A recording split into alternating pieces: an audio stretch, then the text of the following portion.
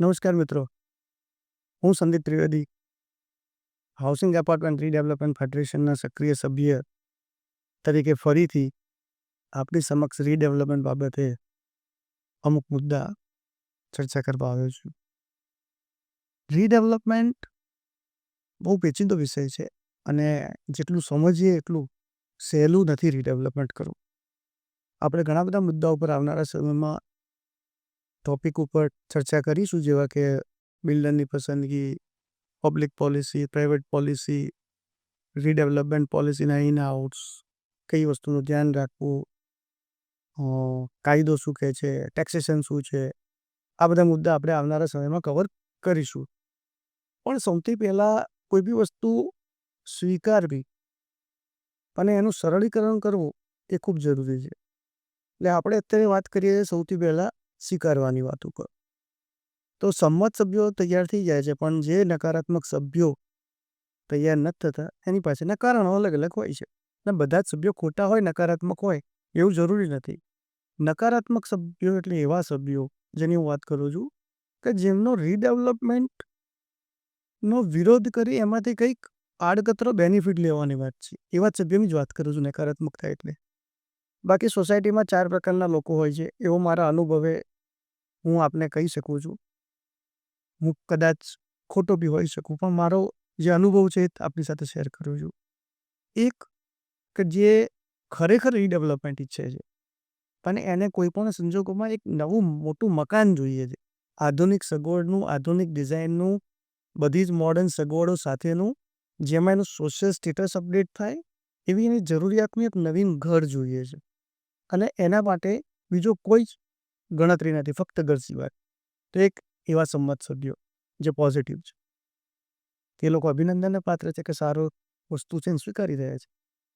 બીજા એક એવા કે જે રીડેવલપમેન્ટ કરવા જ નથી માગતા, જે કોઈ બી સંજોગોમાં કે ભાઈ એમને આપ તારા આપો કે સોનાનું ઘર બનાવીને આપો તો બી રીડેવલપમેન્ટ નથી કરવું, તો એ ટોટલી ના પાડે છે.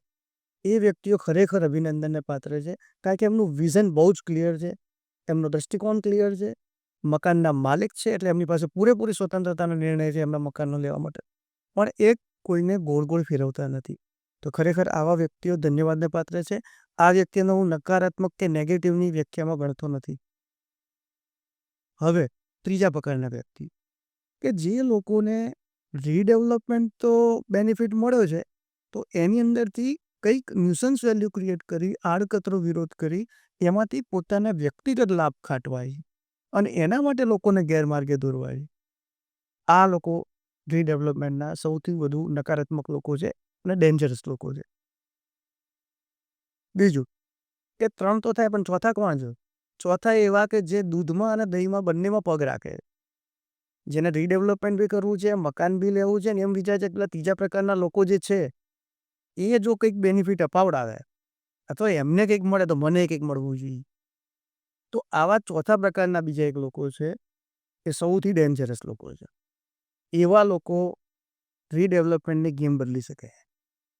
અને જે સોસાયટીમાં આવા 2 કે 3 એમ 4 અલગ અલગ વર્ગના લોકો ભેગા થતા હોય, ત્યાં એટલું યાદ રાખજો કે સોસાયટીને બેનિફિટ સૌથી ઓછો મળશે અને સૌથી વધુ આનો બેનિફિટ જો કોઈ કરી જશે અથવા લઈ જશે તો આવનાર બિલ્ડર લઈ જશે. તમારી સોસાયટીમાં એકતા નથી તો જે બિલ્ડર બિઝનેસ કરવા આવે છે, રીડેવલપમેન્ટ કરવા આવે છે, એ એમાંથી મેક્સિમમ પ્રોફિટ એનકેશ કરશે. અને કેવી રીતે કરશે? એ કાં તો પોતાના માણસો ત્યાં ઇન્વેસ્ટર તરીકે ગોઠવીને કરશે અને તમારું વાતાવરણ બદલાશે, અથવા જે આ ત્રીજા અને ચોથા પ્રકારના લોકો છે એમાંથી કોઈ વ્યક્તિને ઊભા કરશે અને પોતાનું કામ કઢાવી લેશે.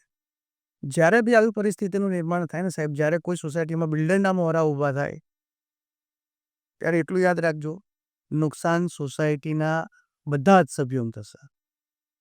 જે વ્યક્તિ લાલચમાં આવીને મોહરું બનશે ને, છેવટે એનું બી નુકસાન તો કોઈ અન્ય પ્રકારે થશે જ. સચેત રહો, સાવચેત રહો, સાવધાન રહો અને મકાન તમારું છે તો નિર્ણય તમારો જ રાખો.